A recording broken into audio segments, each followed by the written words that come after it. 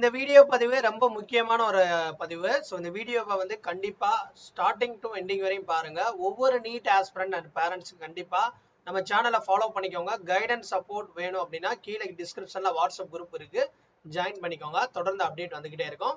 So நீட்டோடைய UG counselling MCC round ஒன்னுடைய registration இன்னைக்கு வந்து ஸ்டார்ட் பண்றேன்னு சொல்லிட்டு ஆல்ரெடி ஷெட்யூல் கொடுத்துருந்தாங்க. 2:30 மணிக்கு மேலதான் வந்து ஆன்லைன்ல ஸ்டார்ட் பண்ணாங்க. நம்ம ஏற்கனவே வீடியோலயும் சொல்லியிருந்தோம் எப்படி ரெஜிஸ்டர் பண்றது அப்படின்றத இந்த வீடியோ மூலமா ஒரு டெமோவா நான் உங்களுக்கு டீடைலா அப்டேட் பண்ண போறேன். அதனால வீடியோவை ஸ்கிப் பண்ணாம பாருங்க. ஸோ நீங்க பாக்குறது நீட் யூஜி தமிழ். நான் உங்கள் கார்த்திக்.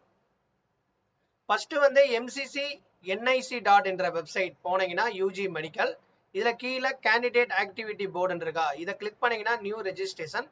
ஸோ நியூ டேப்ல ஓபன் பண்ணிக்கோங்க. ஓபன் பண்ணதுக்கு அப்புறம் இது வந்து ரெஜிஸ்டர் பண்ணதுக்கு அப்புறம் லாகின் பண்ணணும். ஸோ இங்க பாத்தீங்கன்னா ரோல் நம்பர் பாஸ்வேர்டு கேக்குதா, கீழே new candidate registration first register பண்ணணும். ரெஜிஸ்ட்ரேஷன்லாம் கம்ப்ளீட் ஆனதுக்கு அப்புறம் தான் நீங்க லாகின் பண்ற மாதிரி இருக்கும். ஃபர்ஸ்ட் நியூ கேண்டிடேட் ரெஜிஸ்ட்ரேஷன் கொடுத்துருங்க. கொடுத்ததுக்கு அப்புறம் கொஞ்சம் டைமிங் எடுக்கும், வெயிட் பண்ணுங்க. நிறைய இன்ஸ்ட்ரக்ஷன் கொடுத்துருப்பாங்க, ஒரு 11 இன்ஸ்ட்ரக்ஷன். ஸோ இது ஜென்ரலா கொடுக்கறதா, எப்படி பாஸ்வேர்ட் செட் பண்ணணும், எப்படி என்னென்னலாம் வந்து இது பண்ணணும் அப்படின்ற ஒரு சின்ன ஒரு இன்ஃபர்மேட்டிவா கொடுத்துருப்பாங்க. அதை நீங்க ரீட் பண்ணிக்கோங்க. இங்க கிரீன் கலர்ல ஐ அக்ரி இருக்கா, இதை கொடுத்துக்கோங்க.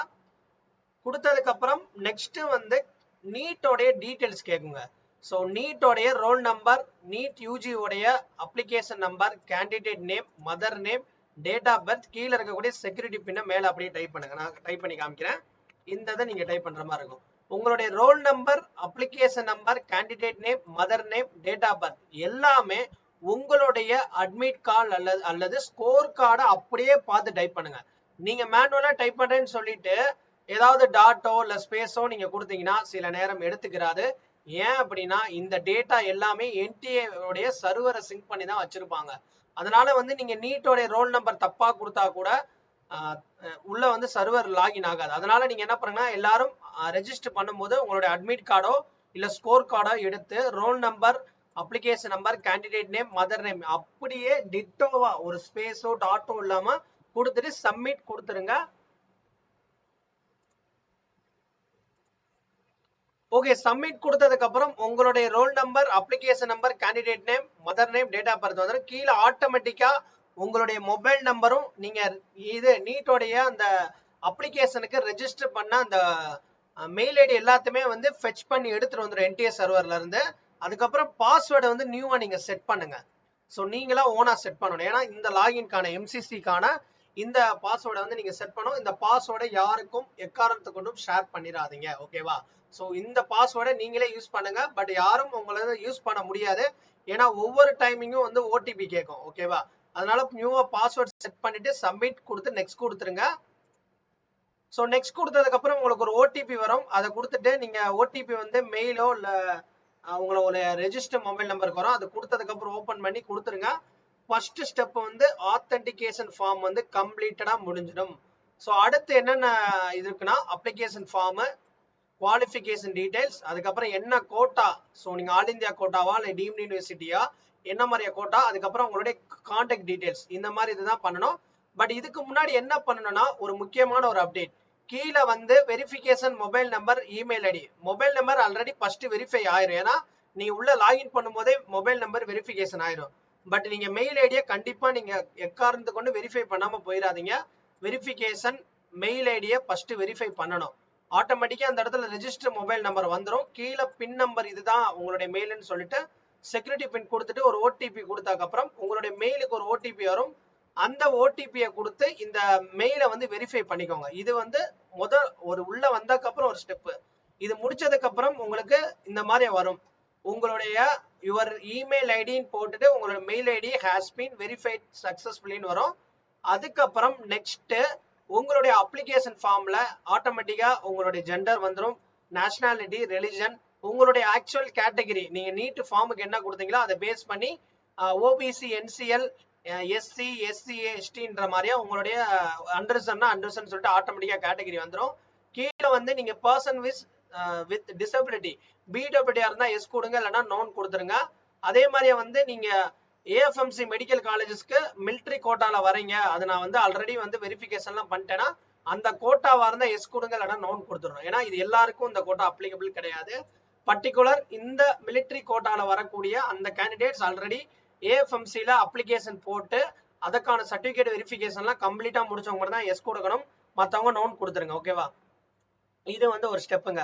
இது முடிஞ்சிடும். இந்த ஸ்டெப் முடிஞ்சதுக்கு அப்புறம் குவாலிஃபிகேஷன் டீடைல், உங்களுடைய 12th டீடைல்ஸ் கேட்கும். நீங்க எந்த ஸ்கூல், என்ன ஸ்டேட்ல படிச்சீங்க, உங்களுடைய ஸ்கூலோடைய நேம் கொடுத்துருங்க, ஸ்கூலோடைய ஸ்டேட். ஓகேவா?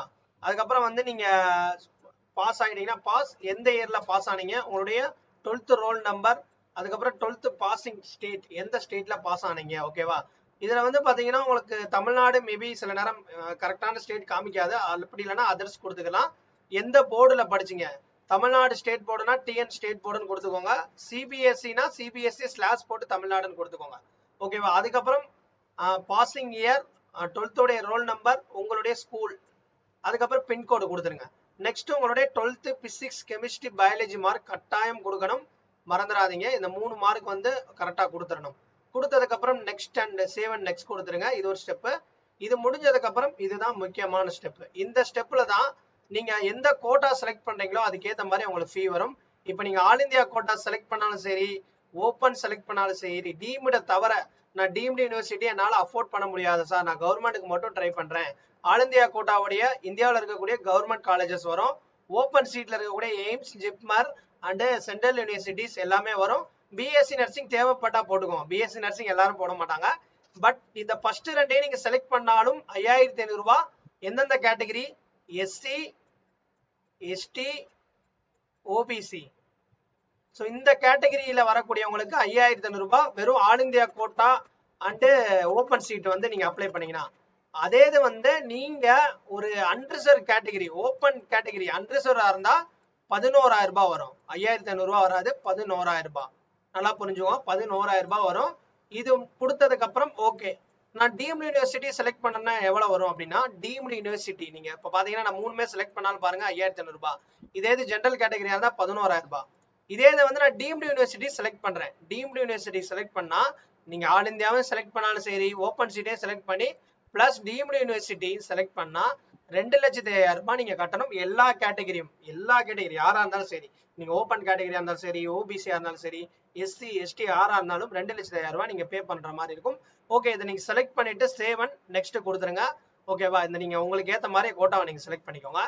ஓகே, அடுத்து வந்து உங்களுடைய கரஸ்பாண்ட் அட்ரஸ் உங்களோட ஆதாரை பேஸ் பண்ணி கொடுத்துருங்க.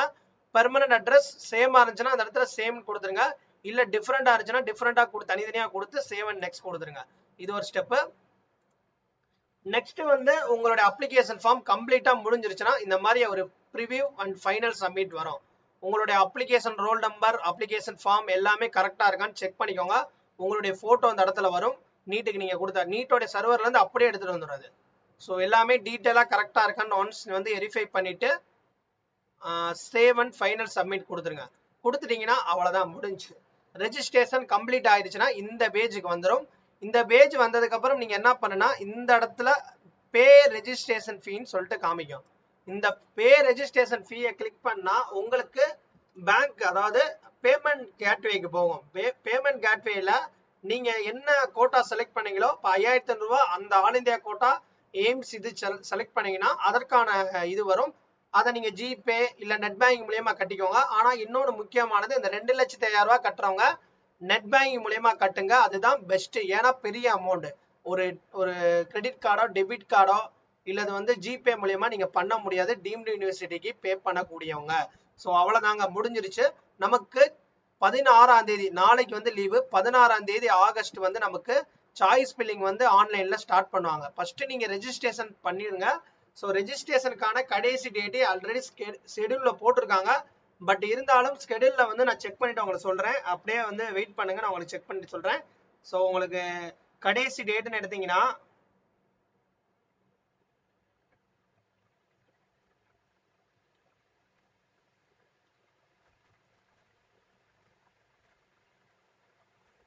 ஓகே, ரெஜிஸ்ட்ரேஷன் கடைசி டேட் வந்து 20ஆம் தேதி மதியம் 12 மணிக்குள்ள.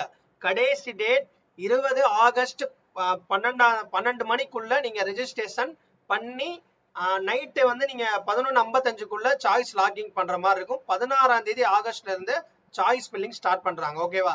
ஸோ இந்த வீடியோ வந்து உங்களுக்கு ஒரு இன்ஃபர்மேட்டிவா இருக்கும். இது ஒரு டெமோ வீடியோ.